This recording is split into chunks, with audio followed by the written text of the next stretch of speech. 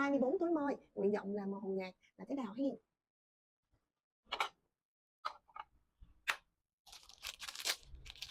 Một, hai,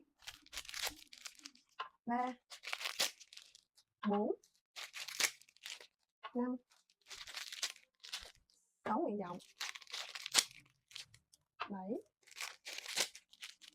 8, 9, 10, 11, 12, 13, 14, 15, 16, 17. Ơi, lộn con này rồi. Bây giờ mới 17 nè.